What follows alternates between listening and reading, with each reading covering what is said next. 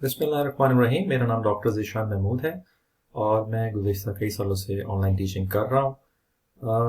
इस वीडियो बनाने का मकसद आपके साथ कुछ अपना एक्सपीरियंस शेयर करना है, कुछ टूल्स और कुछ टेक्निक्स शेयर करना है ताकि आप ऑनलाइन टीचिंग आसानी से कर सकें और स्टूडेंट को एक अच्छा लर्निंग एक्सपीरियंस दे सकें। अच्छा जी, I will not be taking long. मैं कुछ सिर्फ चंद मिनट्स लूँगा। I just have prepared 4 to 5 slides. So basically online teaching tools and techniques. तो सबसे पहले बात करते हैं tools की. What kind of hardware and software is required? So among the hardware सबसे important चीज़ है आपके पास एक लैपटॉप या डेस्कटॉप या टैबलेट या मोबाइल हो, preferably टच स्क्रीन हो, और the ideal is कि उसके साथ एक डिजिटल पेन हो। अब जो मेरी पर्सनल चॉइस है वो है Lenovo ThinkPad X220। This is a tablet with digital pen. ये कन्वर्टेबल काइंड ऑफ लैपटॉप है। लैपटॉप भी बन जाता है, टैबलेट भी बन जाती है। इसे रोटेट करें तो टैबलेट बन जाती है, इसको एंटी क्लॉकवाइज रोटेट करें तो टैबलेट कंप्यूटर बन जाता है, लैपटॉप बन जाता है। Now this comes with a digital pen which is the very handy feature. अगर आप देखना चाहते हैं इसके फीचर्स और ये किस तरह का है, तो मैंने आपको YouTube का एक लिंक दिया हुआ है। सेकंड्स के लिए ऐसे प्ले करता हूं so that you get some idea. Well, yes, we have what we call a slice battery that fits onto the bottom of the system. Gotcha. Get that out of the way from the If it's onto the bottom of the system, then we'll add another 9 features वगैरह देख लीजिएगा। Now coming back to the presentation. Now why I'm recommending this? सबसे main बात ये है कि it comes with a digital pen, और उससे इम्पोर्टेंट बात यह है कि this is very very cheap but extremely powerful and handy. Market में इस तरह का लैपटॉप आई गेस 15-16 हज़ार डिपेंडिंग अपॉन द कंडीशन, क्योंकि ये रिफर्बिश्ड होते हैं, यूज होते हैं, so depending upon the condition 15-16 हज़ार में मिल जाते हैं। सो 15-16 हज़ार में इतनी पावरफुल डिवाइस आपको कोई और नहीं मिलेगी। अगर आप सोच रहे हैं कि मुझे डिजिटल पेन वाला लैपटॉप चाहिए, तो नाउ डेज अगर आप नया लैपटॉप खरीदेंगे तो 80,000 लाख 1.25 लाख रुपए का ऐसा लैपटॉप आएगा, और वो भी शायद आपको वो कैपेबिलिटी ना दे पाए। इसके अलावा आपको क्या चाहिए? You should have external keyboard, बहुत ज़रूरी है, बिकॉज अगर आप एक टच स्क्रीन डिवाइस यूज़ कर रहे हैं और आप उसका बेहतर टच यूज़ करने के लिए you want it more closer to your body, तो बाज़ औक़ात लिखते लिखते आपको कीबोर्ड जो उसका लैपटॉप का कीबोर्ड है उस पर हाथ लग जाता है, जिससे डिस्टर्बेंस होती है। तो अगर आप एक एक्सटर्नल कीबोर्ड लगाएं, ख़ास तौर पे जिस डिवाइस की मैं बात कर रहा हूँ Lenovo ThinkPad, क्योंकि जब इसे आप रोटेट करेंगे तो ये आपके सामने टैबलेट बन जाएगा and then its keyboard will go back side. तो इसके सामने अगर आप एक एक्सटर्नल कीबोर्ड लगा दें, then you have ease of keying in. अगर आपको जब भी ज़रूरत पड़ेगी आप आसानी से कीबोर्ड भी इस्तेमाल कर सकेंगे, जब ज़रूरत नहीं पड़ेगी आप इसको separately as a tablet use करेंगे। You should have external mouse as well for ease, और ख़ास तौर पे अगर आपके पास हेडफोन्स हों या हैंड फ्री हो, that is always better for capturing good voice. So the first thing is this, you should have proper tools for online classes. दूसरी चीज़ है सॉफ्टवेयर। अब सॉफ्टवेयर में विंडोज़ 10 होनी चाहिए, क्योंकि विंडोज़ 10 में आई गेस अर्लियर वर्जन में भी शायद है, but Windows 10 has inking features, तो आप इजीली इंक कर सकते हैं अपने डॉक्यूमेंट्स को। ऑफिस अगर 2016 या उससे हायर वर्जन हो तो बेहतर है। ऑफिस 2010 में आई गेस इंकिंग फीचर्स नहीं होते। ऑफिस लेटेस्ट वाला कोई सा भी इंस्टॉल कर लें, मेक श्योर उसमें इंकिंग टूल्स हों, आप उससे इंकिंग कर सकते हो, आप उससे अपना पेन यूज़ कर सकते हो। इंकिंग मीन्स आप हाईलाइट कर सकते हैं, आप लिख सकते हैं। तो Microsoft office with inking tools is best.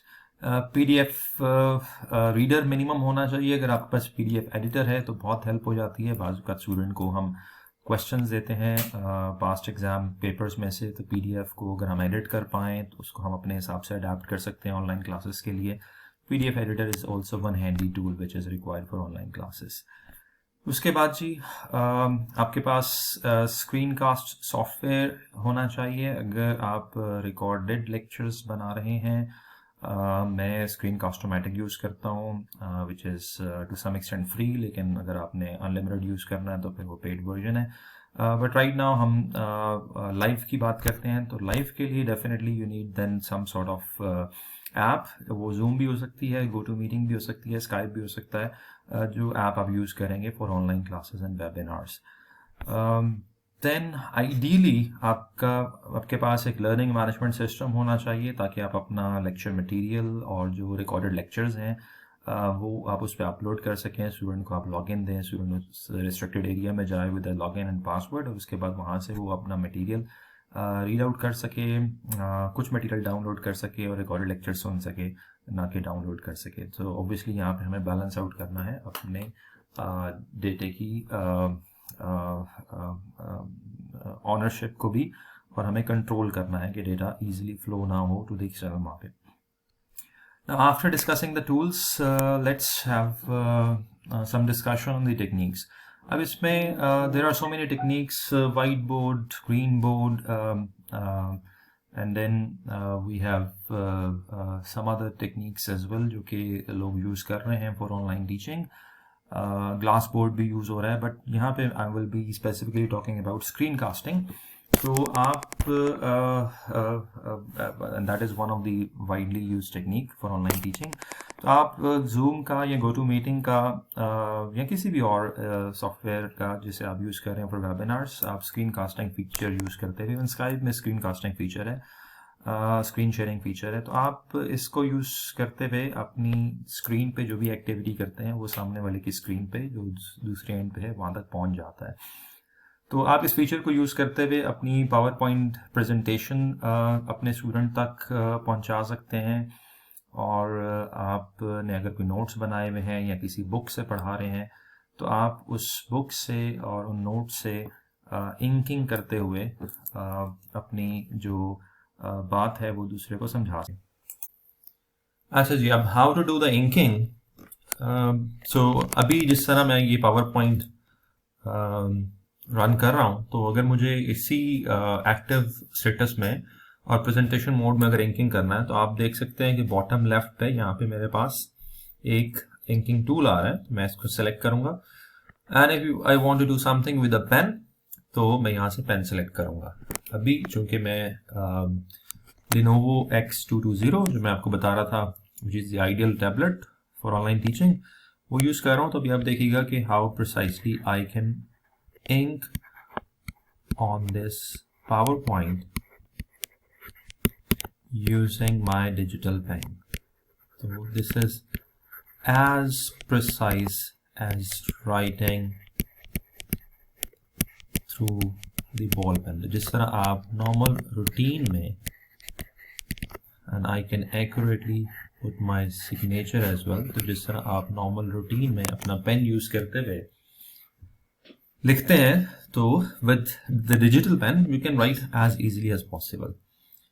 So again if I have to erase it, so I can use the eraser. अगर मुझे highlight करना है तो मैं easily highlighter use करते हुए कुछ चीज़ों को highlight कर सकता हूँ. So that is what we call inking through the digital pen. अब वो लोग जिनके पास ये टैबलेट नहीं होगा या ऐसा कोई लैपटॉप जिसमें डिजिटल पेन नहीं है, still they can use the mouse for highlighting. Now for example अब मैं इस वक्त माउस यूज कर रहा हूँ और with the mouse as well I can do highlighting very easily. एक और काम जो मैं इजी कर सकता हूँ वो शायद इस पेन को यूज करते हुए कुछ एरिया को मैं अगर एनसर्कल करना चाहूँ या अंडरलाइन करना चाहूँ तो ये भी मैं माउस से किसी हद तक कर सकता हूँ. बट जो काम मैं नहीं कर सकूँगा माउस से वो राइटिंग है. फॉर एग्जांपल अगर मैं इस वक्त माउस से लिखना चाहूँ पावर पॉइंट तो it is extremely difficult for me to write a word using the mouse, and that's why people not having digital pen are at disadvantage while online teaching, especially जब आप ऐसा subject पढ़ा रहे हैं जिसमें आपको frequently right करना पड़ता है. However, अभी मैं आपको डेमोन्स्ट्रेट करूंगा कि अगर आपके पास पेन नहीं है तो you can use a keyboard. तो बहुत सारी चीजें आप जो लिख के बताना चाह रहे हैं आप कीबोर्ड यूज करते हुए भी टाइप इन कर सकते हैं. And over the period of time I used both methods. जब मेरे पास डिजिटल पेन नहीं था तो मैं कीबोर्ड से भी पढ़ा लेता था and I found they are equally good. तो ये हो गया जी इंकिंग. अगर मैं इस वक्त पावर पॉइंट को एक्टिव मोड में ना चला रहा हूं तो यहाँ पे बाय यूजिंग द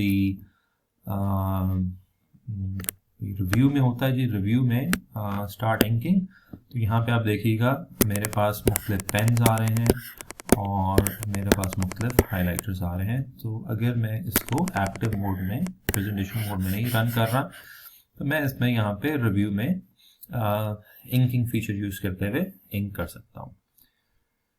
तो फिर दोबारा हम प्रेजेंटेशन मोड पे चलते हैं, अगला पॉइंट देखते हैं. अब इसमें जो एक इम्पॉर्टेंट टूल है, अगर आपने पावर पॉइंट से हट के एक ब्लैंक स्पेस में पढ़ाना है तो I will recommend OneNote is an ideal tool. और सिंपली आप माइक्रोसॉफ्ट वर्ड भी यूज कर सकते हैं and you can use it as a substitute for blackboard. Naturally हम पढ़ाते हुए ब्लैक बोर्ड यूज करते हैं. वन नोट का तो बहरहाल ये एडवांटेज है कि हमारे पास वन नोट में प्रिसाइज लाइंस भी होती हैं. अब अगर मैं आपको ज़रा वन नोट की तरफ ले जाऊं, मैंने ये ओपन करके रखा हुआ था, तो this is one note. Now you can see कि कितनी प्रिसाइसली यहाँ पे लाइंस अवेलेबल है and by using the draw अब मैं यहाँ पे बहुत प्रिसाइसली लिख सकता हूँ line by line. So I can write precisely on one note again using digital pen. और मेरे पास इस चूंकि लाइंस हैं तो मैं यहाँ पे due two lines there are less chances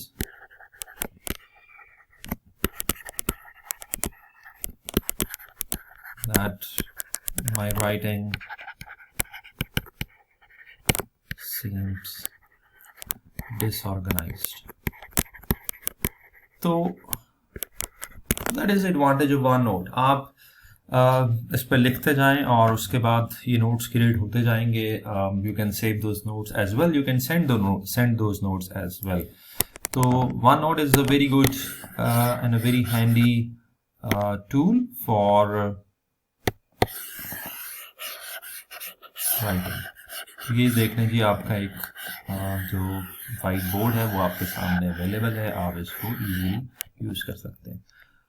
one note नहीं यूज करना, स्टिल अगर आपके पास माइक्रोसॉफ्ट वर्ड है 2016 और हायर, आप इस माइक्रोसॉफ्ट वर्ड को, हाँ इसमें ये है कि चूंकि जब ये ओपन होगा तो बहुत सारी स्पेस इसमें ऐसी है जो कि पेज स्पेस नहीं है. तो आई रेकमेंड कि आप इसमें ये बॉटम राइट पे जाके वेब लेआउट में ओपन करें तो ये पूरा फिर एक वाइट पोर्शन आ जाएगा. अगेन रिव्यू में जाएं और रिव्यू में जाने के बाद आप इसमें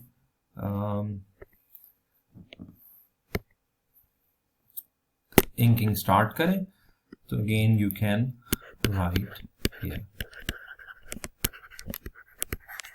हाँ लाइन्स अवेलेबल नहीं है but you can very precisely right here. जो भी आप राइट करना चाहें, ग्राफ बनाना चाहें, कुछ भी करना चाहें, आप उस पर कर सकते हैं and that is very easy. कुछ अरसे के बाद आपको इतनी प्रैक्टिस हो जाती है कि आप इवन जो कन्वेंशनल वाइट बोर्ड मेथड है उससे भी बेहतर पढ़ाना शुरू कर देते हैं. ओके जी, तो ये हो गया माइक्रोसॉफ्ट वर्ड. अच्छा, अब दोबारा चलते हैं अपने पॉइंट पे. तो हम बात कर रहे थे वन नोट की, और मैंने आपको बताया कि आप माइक्रोसॉफ्ट वर्ड भी यूज़ कर सकते हैं। अच्छा जी, आगे मैंने आपको बता दिया कि अगर आपके पास डिजिटल पेन नहीं भी है तो फिर भी आप कुछ फीचर्स बहरहाल हाईलाइट करने वाले और अंडरलाइन करने वाले माउस के थ्रू यूज़ कर लेंगे, बाकी आपको फिर टाइप इन करना पड़ेगा। तो लाइक फॉर एग्जांपल अगर अब आपके पास नहीं है तो जिस तरीके से आप कन्वेंशनली करते हैं उस तरीके से आप जो है यहाँ से you can type in whatever you want to write। तो for ease of understanding जितना आपका फॉन्ट अच्छा होगा उतना दूसरे को आसानी से समझ आएगी। तो अगर आपको यहाँ पे कॉस्टिंग वगैरह भी कर रहे हैं तो आप लिखने की बजाय टाइप इन करके भी बात अपनी समझा सकते हैं। तो अगेन हैंडीकैप फील नहीं करना कि आपके पास ऐसा लैपटॉप नहीं है जिसमें डिजिटल पेन होता है। आपने अपने गिवन रिसोर्सेज से काम चलाना है।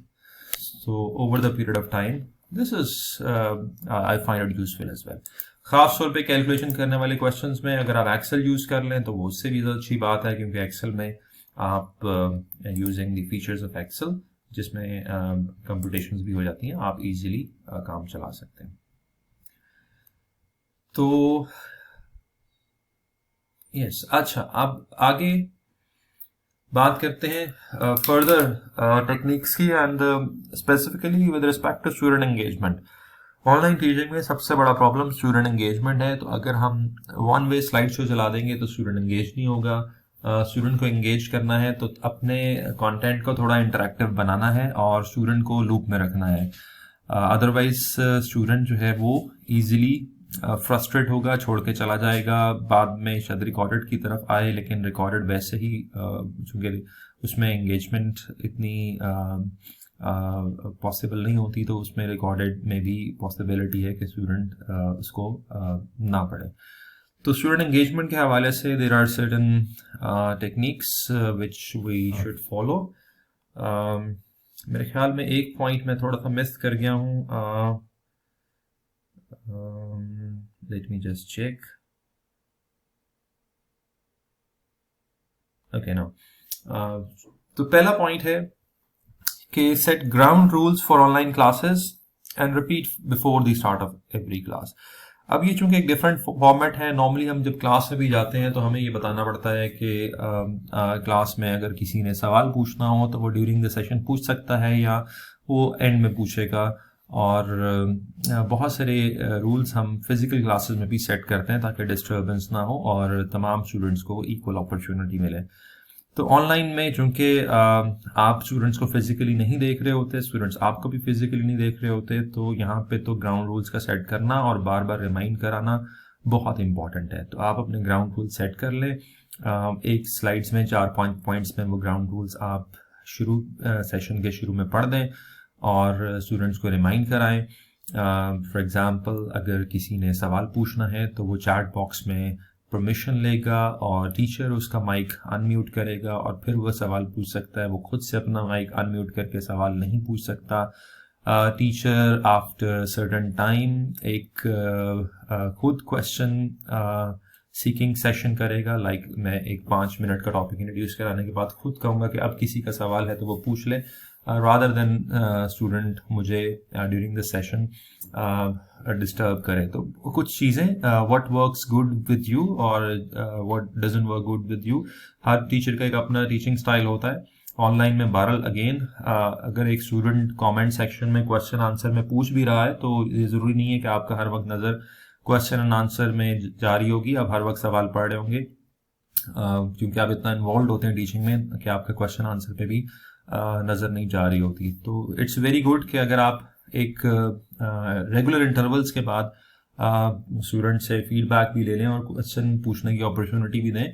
तो इस तरह के बहुत सारे रूल्स जो हैं वो आपको सेट करने पड़ेंगे और बार बार रिमाइंड कराना पड़ेगा।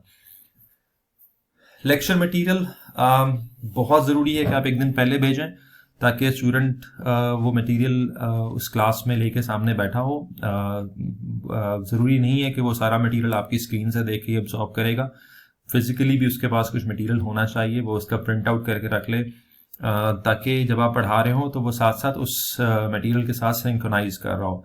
और अगर आप एक दिन पहले नहीं दे सकते तो बहुत ज़रूरी है कि आप क्लास के शुरू होने से पहले वो मटेरियल दे दें। मटेरियल देने के बहुत सारे वेज हैं। अगर ऑर्गेनाइजेशन में लर्निंग मैनेजमेंट सिस्टम बना हुआ है, वेब पोर्टल बना हुआ है, तो आप उस पर अपलोड कर दें, स्टूडेंट्स को खुद ब खुद ही लॉगिन के थ्रू मिल जाएगा। नहीं तो व्हाट्सएप एक बड़ा सिंपल सा प्लेटफॉर्म है, मैं खुद यूज़ करता हूँ। मैं अपने सब्जेक्ट से ग्रुप बना लेता हूँ। इवन फिजिकल टीचिंग में भी मैंने जब जहाँ पे भी पढ़ाता हूँ तो मैं उस सब्जेक्ट का ग्रुप बना लेता हूँ, और फिर उसके बाद कभी भी मुझे कोई भी मटेरियल शेयर करना हो तो मैं किसी भी टाइम पे शेयर कर लेता हूँ। बट इट्स वेरी इंपॉर्टेंट कि स्टूडेंट को मटेरियल पहले मिल जाए। अच्छा, कोशिश करें जितना आप प्री फॉर्मेटेड क्वेश्चंस और टेम्पलेट्स यूज़ करें। अब प्री फॉर्मेटेड क्वेश्चन का मतलब ये है कि ज़रूरी नहीं है कि आप एक क्वेश्चन को फुल लेंथ पे ही सॉल्व कराएं, फुल लेंथ में ही पढ़ रहे हों और फुल लेंथ में ही सॉल्व कर रहे हो। तो कोशिश करें आप एक सवाल को चंक्स में according to its requirement divide करें। पहले कुछ डेटा आए, उसके बाद एक रिक्वायरमेंट आए, फिर ब्लैंक स्पेस हो जहाँ पे आप अपनी वर्किंग कर रहे होंगे, और फिर उसके बाद फिर डेटा आए, फिर उसके बाद ब्लैंक स्पेस आए और रिक्वायरमेंट आए। तो एक सॉर्ट ऑफ टेम्पलेट बनाएं जिसके अंदर क्वेश्चन और रिक्वायरमेंट और सोल्यूशन के लिए मार्जिन, जो कि आप उसी वक्त लाइव ऑनलाइन डिलीवर करेंगे, वो हो। अगर आप इस तरीके से टेम्पलेट बना रहे हैं तो आपको एक ही स्क्रीन पे क्वेश्चन और उसका आंसर करना पॉसिबल होगा।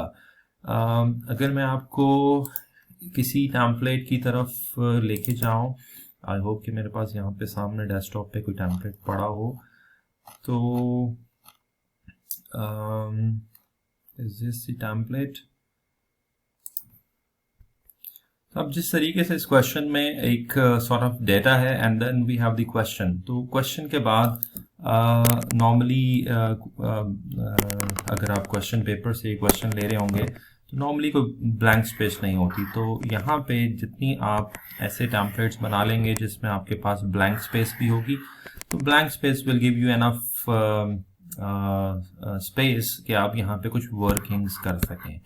तो कोशिश करें कि आप अपने क्वेश्चन को जैसे ही एक रिक्वायरमेंट आए तो वहाँ से थोड़ी सी स्पेस छोड़ दें, ताकि आप साथ ही उस क्वेश्चन की उस रिक्वायरमेंट को कंप्लीट कर दें। सो लेट्स से अगर सेकंड रिक्वायरमेंट है थ्रूपुट काउंटिंग रेशियो, तो again I should have some space to go through the working, ताकि मुझे पूरे क्वेश्चन के बाद सेपरेटली वर्किंग्स ना करनी पड़े।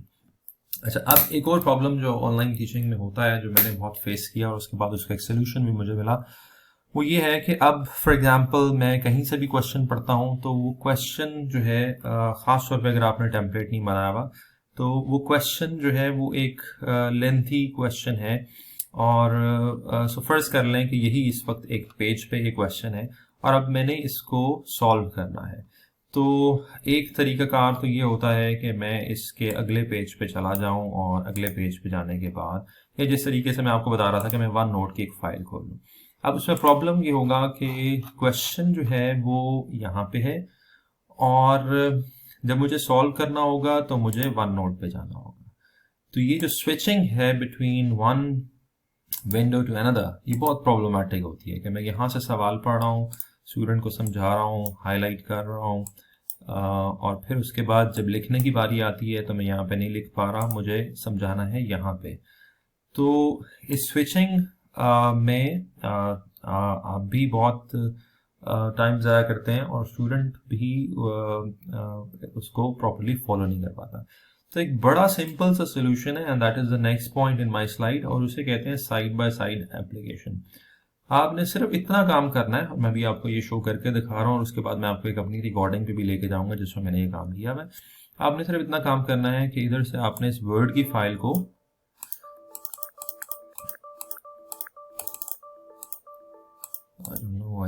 आपने सिर्फ इतना काम करना है कि आपने इस वर्ड की फाइल को पकड़ के एक्सट्रीम लेफ्ट पे फेंक देना है और उसके बाद यहाँ से आप अपने नोट की फाइल को, वन नोट की फाइल को, क्योंकि आप इस पे सॉल्व करना चाहते हैं, एक्सट्रीम राइट पे फेंक देना।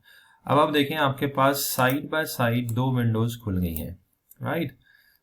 और इसमें अगर आप अपने वन नोट को फुल उस पर कर दें, फुल स्क्रीन पे, तो दैट वुड बी बेटर, हमें प्रॉब्लम नहीं होगी। तो अब आप देखें, परफेक्ट, हमारे पास side by side, left side पे क्वेश्चन आ गया, राइट साइड पे हमारे पास वर्किंग स्पेस आ गई। तो करना सिर्फ ये है कि जब आप पढ़ा रहे होंगे तो आप क्वेश्चन यहाँ से पढ़ते जाएं, जो आप एरिया हाईलाइट करना चाहते हैं करते जाएं। उसके बाद आप जब समझाने की बारी आए, फॉर एग्जांपल अगर मैं इसमें थ्रूपुट अकाउंटिंग रेशियो निकालना चाहता हूँ, तो अब मेरे पास एक नोट पैड है जिसको यूज करते हुए मैं कुछ भी लिखना चाहूँ वो लिख सकता हूँ, और जो भी डेटा यहाँ से स्टूडेंट को मैं कहना चाहूँ कि देखें ये कॉस्ट पर आर है, और फिर मैं उसको बताऊँ कि देखें फॉर्मूले में मैंने कॉस्ट पर आर डालना है, तो 42.56 मैंने यहाँ से डाल दिया। So this is very very convenient. साथ ही सवाल है लेफ्ट साइड पे, और साथ ही आपका उसका जवाब आप लिखते जा रहे हैं। स्टूडेंट के पास अगर कुछ नहीं भी है, नोट्स नहीं भी हैं, तो आप का वो फॉलो कर रहा है, क्योंकि साथ ही उसे सवाल भी नजर आ रहा है, जवाब भी नजर आ रहा है। तो ये बहुत ही एंगेजिंग टूल है।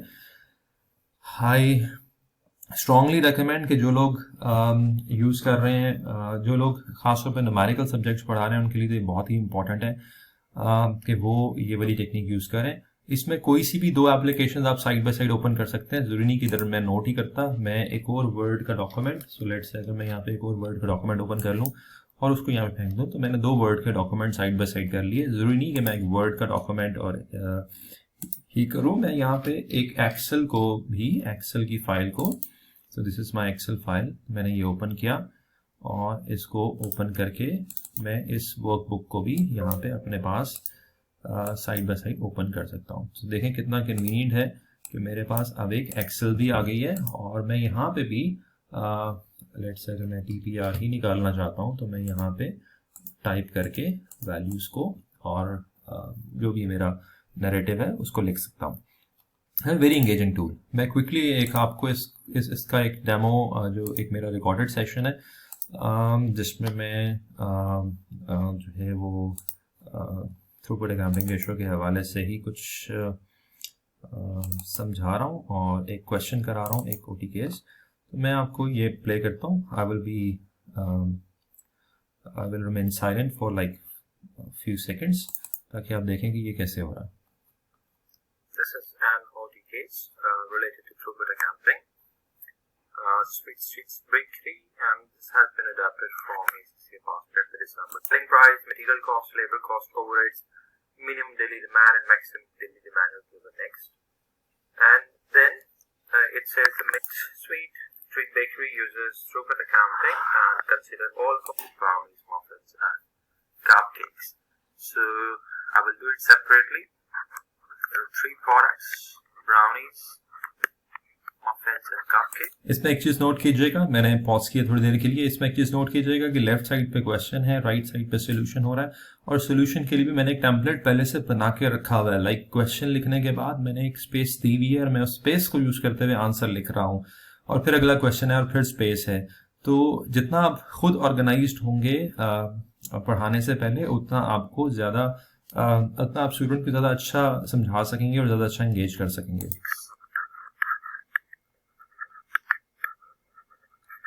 And then 5 multiplied by 20, the time required would be 100 minutes. And on this day, 120 minutes of throughput contribution is 1 piece, which means at least we need to make 1 batch. Then our resource will be over. Have this factor. We can make 2 extra batches. 4 extra batches of cupcakes. जी, तो ये एक छोटा सा demonstration था। It's a very engaging tool. मैं इसको बहुत ज़्यादा यूज़ करता हूँ अपने लेक्चर्स में, and I get a very good feedback from the students. They really love it.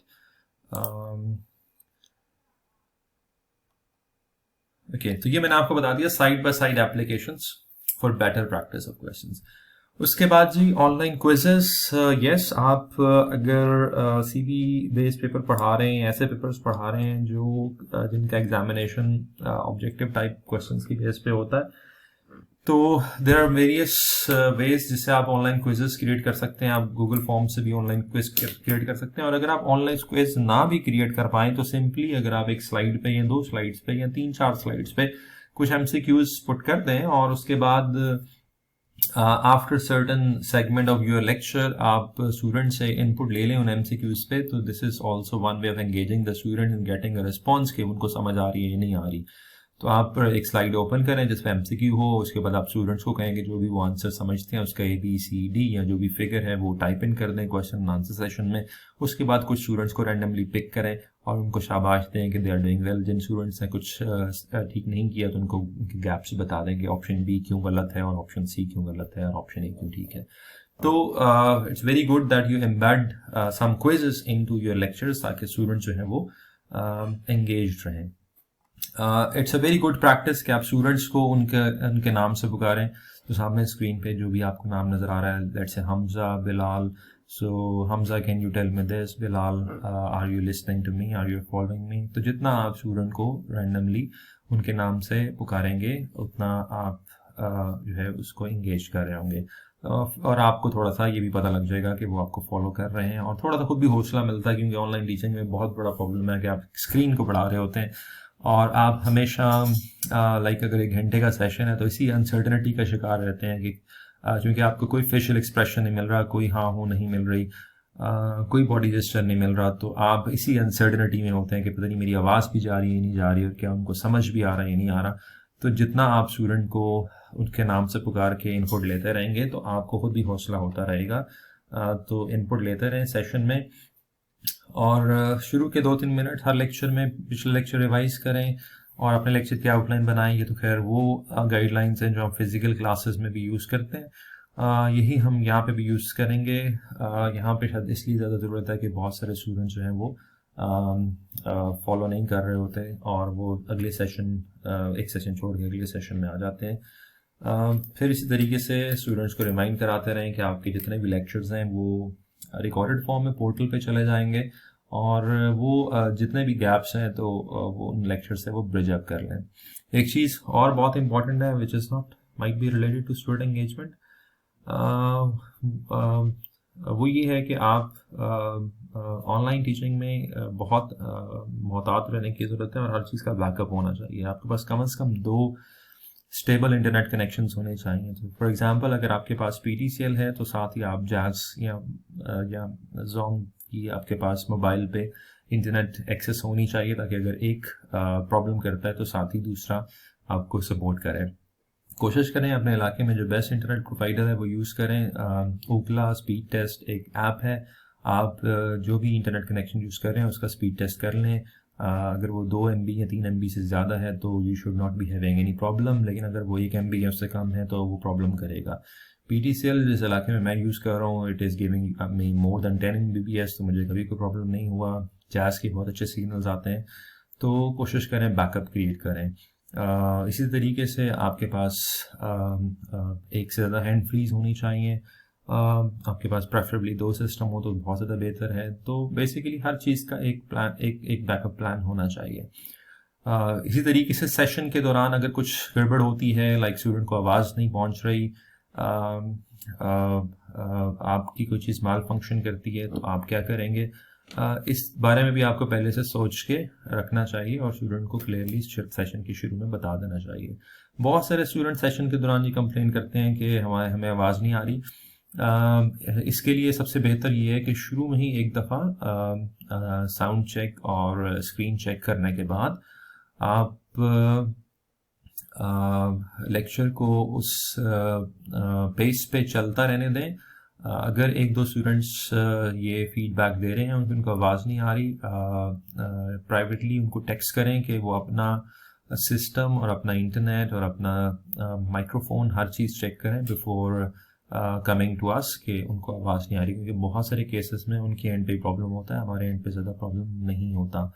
अगर बहुत सारे स्टूडेंट्स ये कह रहे हैं तो आप सेशन टर्मिनेट करके अपना डिवाइसेस को चेक करके दोबारा से सेशन रिज्यूम कर सकते हैं। मेरे साथ बहुत दफ़ा ऐसा हुआ कि जो हेडफोन मैं यूज़ कर रहा था उसके सेल ख़त्म हो गए और वो काम करना छोड़ गया, और मैं रिज्यूम कर रहा था कि मैंने हेडफोन लगाया हुआ है, तो आवाज़ नहीं गई, या अगर जा रही थी तो लैपटॉप के सिस्टम से जा रही थी, जो कि बहुत ही स्लो जा रही थी, बहुत ही धीमी सी जा रही थी और स्टूडेंट्स को समझ नहीं आ रहा था। तो हो जाता है, बट बहुत रेयर होता है, इसलिए हर स्टूडेंट की कंप्लेंट को सुनने की ज़रूरत नहीं है।